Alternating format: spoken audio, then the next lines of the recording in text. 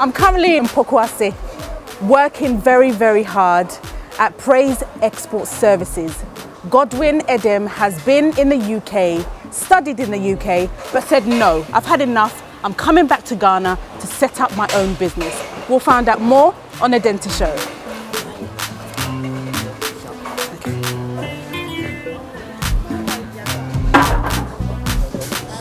Mimpushu.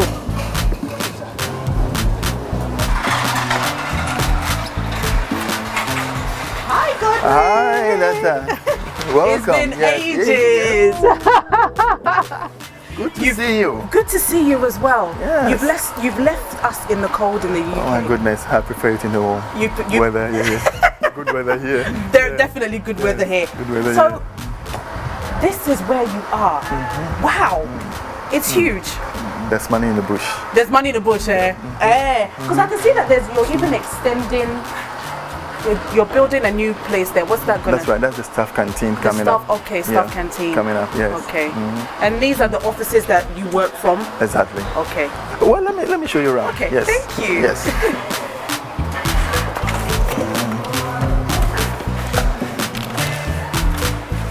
My name is Mercy Kwabla. I've been with Praise Export Services for over 20 years. I've had a lot of experiences as far as working in a setup like this is concerned, especially with the administrative setup. And I've had the opportunity of working with a factory, managing activities on the floor for some time. And so I'll say I've had a vast experience with Praise Export Services. Me den de Grace AG na me pacho na me ton ade na me take Praise Export nka na me throw application by na omo farm nti omo farm no nukra nya me nim ne amakoso kama sen first no nti me kasa omo hwe wa abrochire ni bebi bi omo atie nka no me niam ka no say obi a obetime nya sika na say obetime bie sa company ni bi aboa oman Ghana no nka ya ebeboa yen youth na ayewo oman ni mu no ama yen so ya yeden yakoye nim. I want to find out about your story, your journey. Yeah. You've been to the UK, you've been back for over 20 years, have managed to settle, you have a factory. When did you realize that actually the UK is not for me, abroad is not for me, I want to settle in Ghana? I think at a point, whilst working for Burberry's of London and then later with an Asian in an Afro show, I felt lonely. I mean, all along I felt I could do something better than what I was doing. And talking about Burberry's, I found myself virtually singing, I mean, to myself. I mean, which shows signs of loneliness anytime I was on the factory floor and working. Yeah. So it tells me, I mean, virtually that emptiness and then the desire to come home and then contribute to. How long did you spend at Burberry's? How long were you at Burberry's for? Oh, I worked in Burberry's for almost 3 years. Okay. And then later with the Patel on 41 West Green Road. Okay. Working with it for almost 4 years. Yeah. So what did you kind of learn from being in the UK? Oh, goodness me. I mean, quite a lot. Okay. Quite a lot. I mean, the need for hard work, to work very, very hard. And then also commitment, things you set your hands to do. It's another thing I learned. And also honesty, I mean, forthrightness. Yes, these are things that every serious business person should have as part of his or her life. Yeah. In Ghana, every single year we have millions of Ghanaians who apply for visa to go abroad. What was your reason for going abroad? My reason for going abroad, I'll tell you frankly, was economic. Okay. To be able to raise some capital, and then come back and put it to work. Okay. And also, at a point I realized there was something in the Western world that wasn't here, which I think, well, for those of our friends out there, they should learn the honesty, the forthrightness, I mean, and then also the hard work that goes with it. You know. Okay, so you went to the UK, you know, to get some capital to come back to Ghana to set up your own business. Were you able to raise enough capital, or did you spend it on bills? That is interesting. I mean, with the bills, I mean, as you know, with the bills, they keep coming. I mean, they keep dropping almost every day. I mean, though, but again, you need to decide. Yeah. You need to decide. I mean, you need to be focused. The goodies out there are very attractive, and if you are not careful, they take the chunk out of you. Yes. But if you are determined, no matter whether you're wearing jeans or whatever for months, and then you don't look up to others, there is still a little that you can save to build up your capital. Okay. So I would say yes, two things happened. I managed to get to school. Okay. Yeah. Now London Ghanaian University. Okay. Yes. Okay. Formerly London Polytechnic. Yeah. Yes.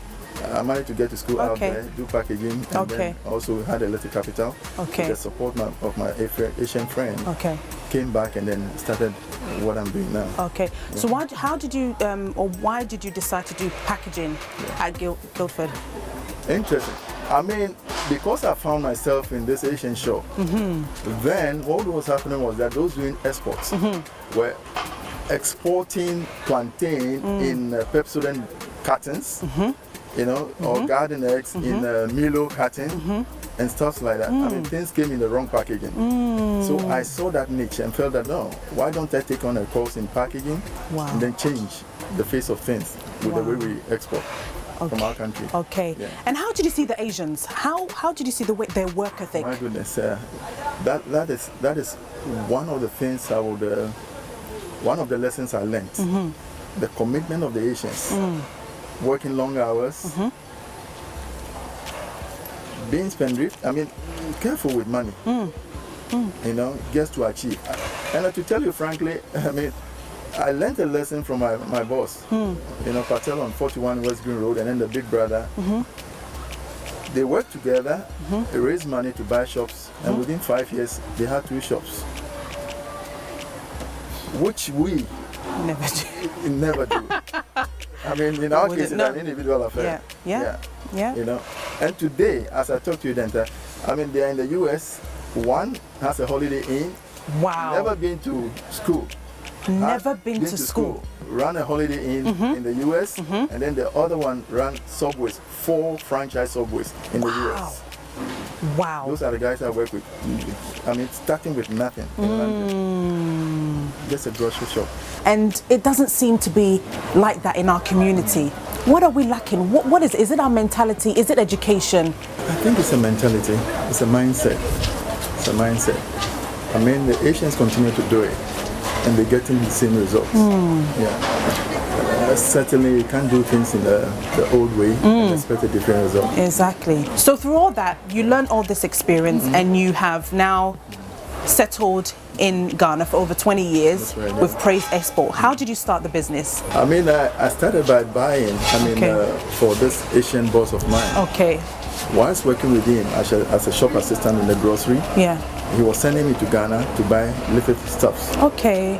And export to the shop. Okay, stuff like what? Like garden eggs, Gari, palm oil. Okay. So he will send me back to Ghana. I mean, I will come back, put those things together, and then export. Okay. But and how were you exporting it out? Sorry. Yes.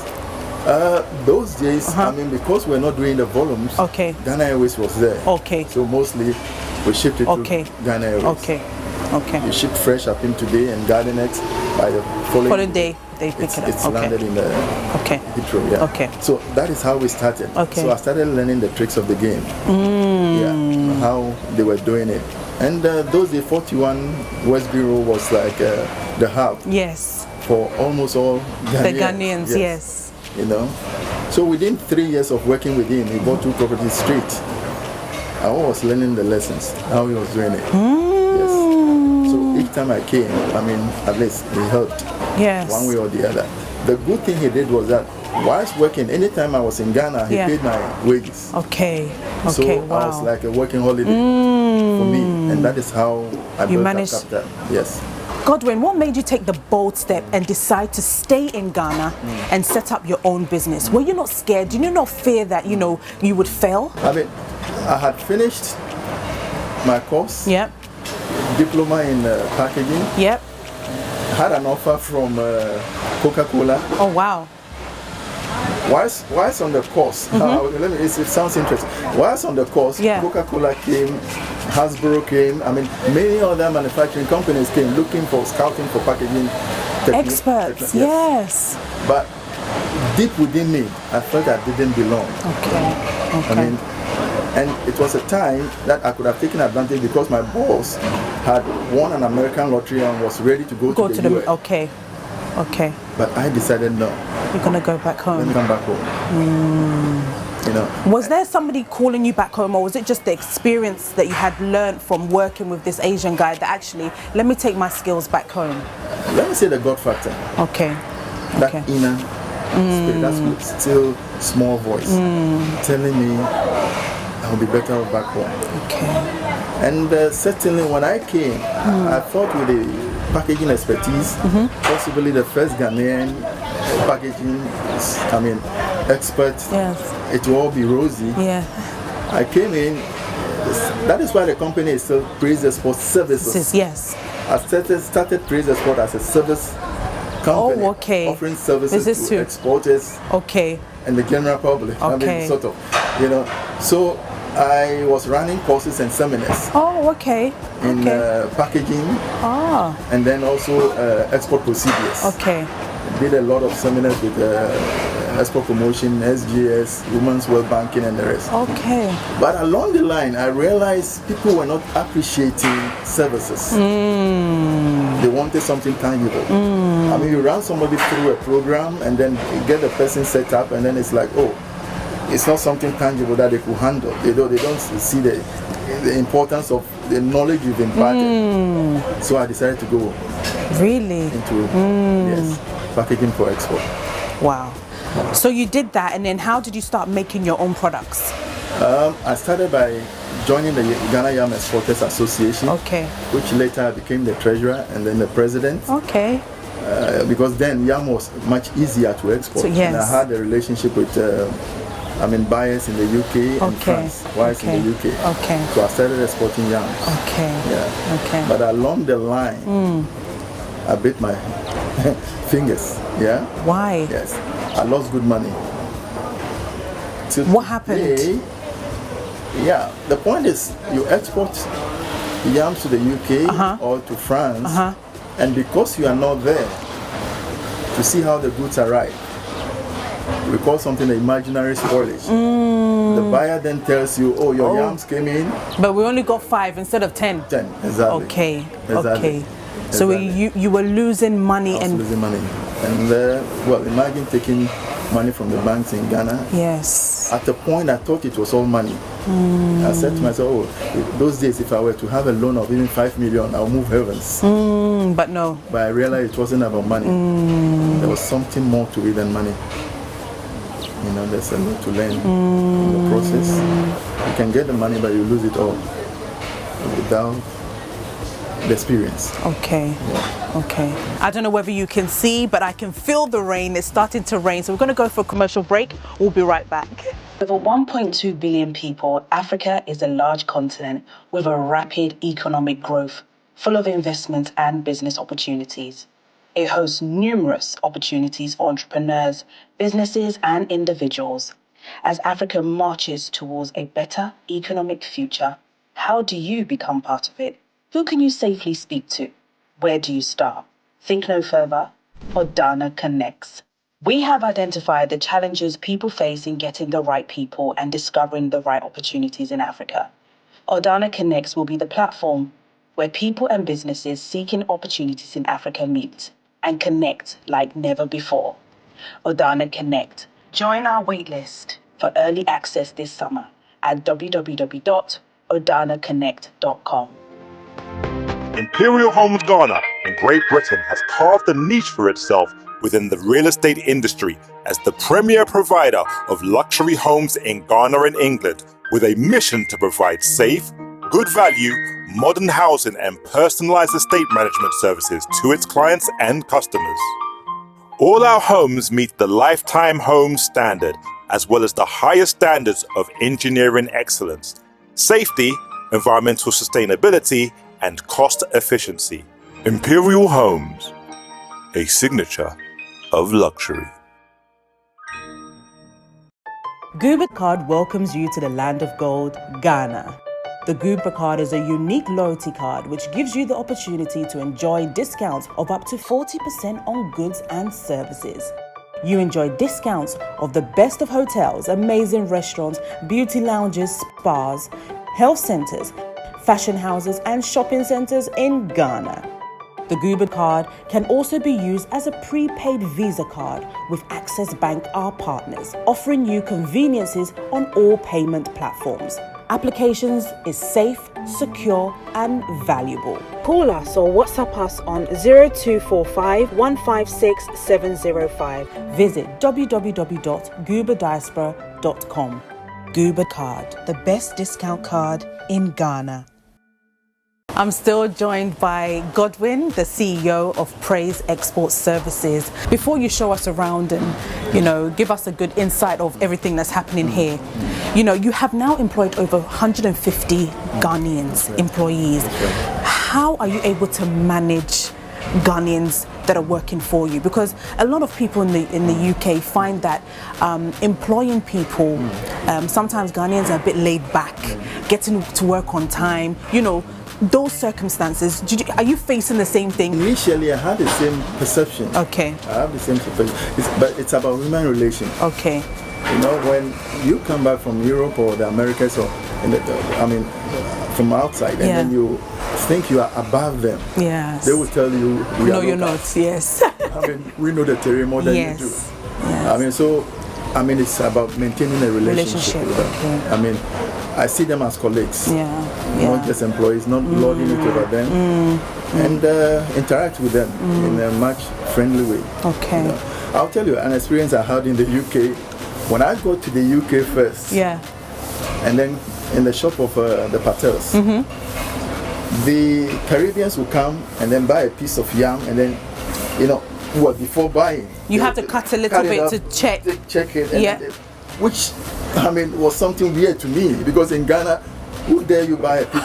Take a piece of yam and then chop it off. It's true. So I was fuming.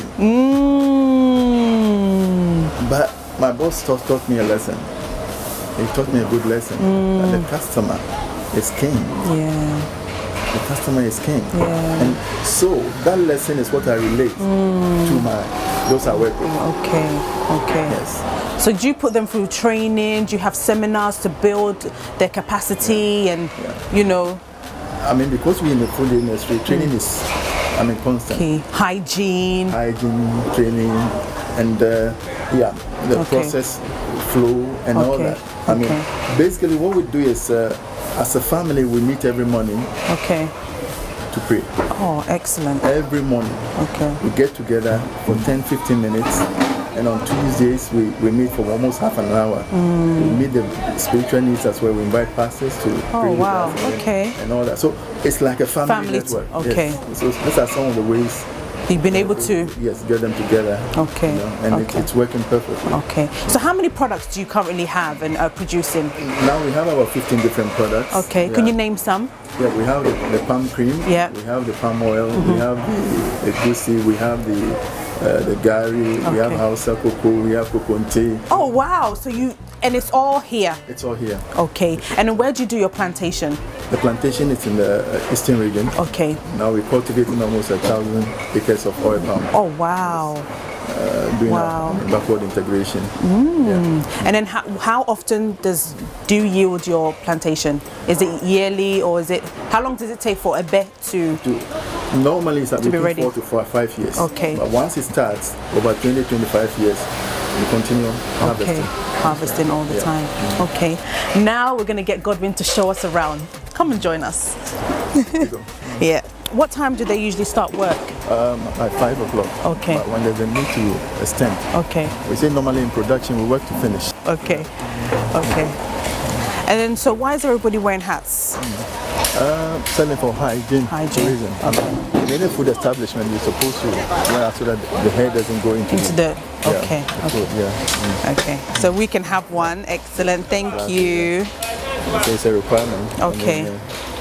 with the long hairs. Yeah. We'll just tuck it in. Sure. Okay. Yep. Okay.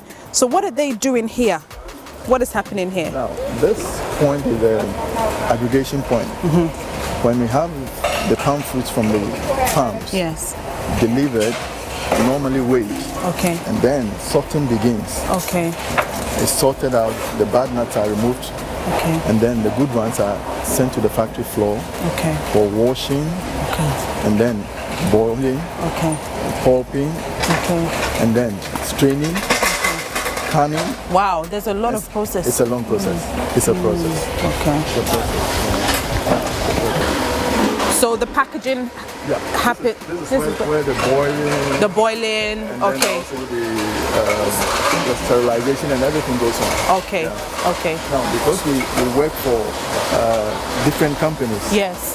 it's not allowed for us to showcase what Yes. goes Of course. on within. Of course. That's Because fine. we do different brands. Of course. I mean, you find a brand in the US and then you might not know where it comes Come from. from. but we produce Okay. a brand in Holland. Yeah. So at some of the street routes, You're not allowed. yes, Okay. not allowed. That's fine. So what are these men doing? They've got some calculators. Yeah. What they are doing is calculating. I mean, like I told you about inputs Yes. and then outputs. Okay. So they check the number of tons that are used. Okay. They also check the fruit that goes in as an input, and then how many cans they've been able to get at the end of the day.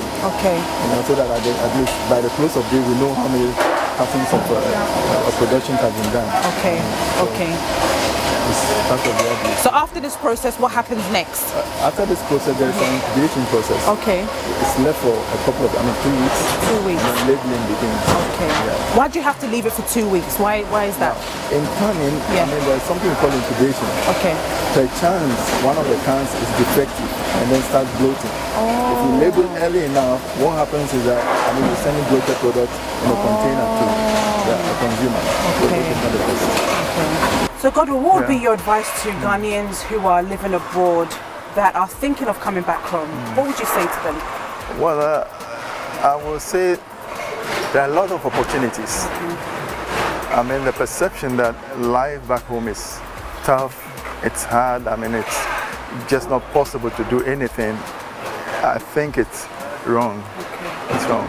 There are a lot of possibilities, and it's just the determination to get things done. Okay. And then maybe don't have too high an expectation, to just make it overnight. Okay. It's a gradual process. It's a gradual process.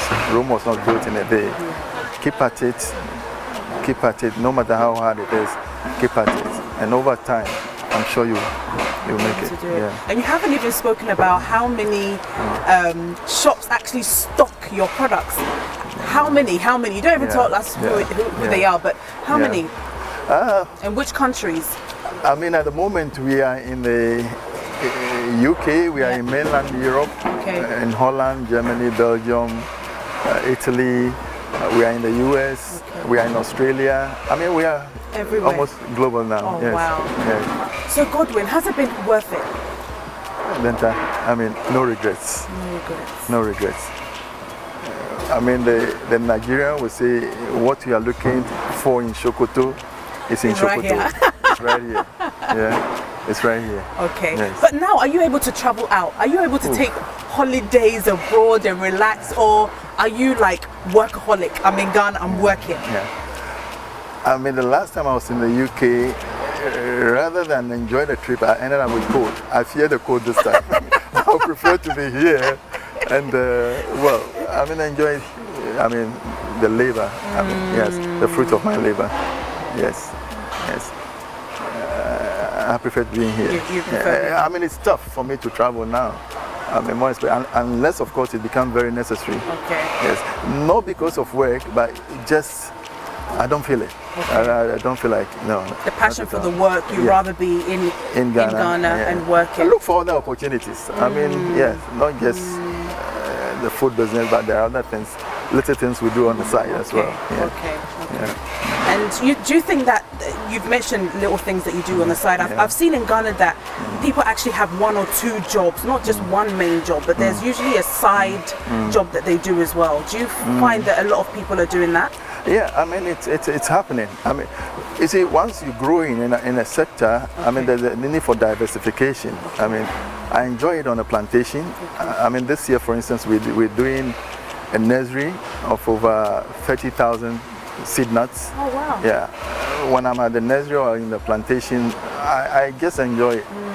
You know, rather than find myself in Debenhams or Yeah. So now, if I was to say, okay, I have a job for you in the UK, which is going to pay you £100,000 a week. I mean, I would read it. I would read it.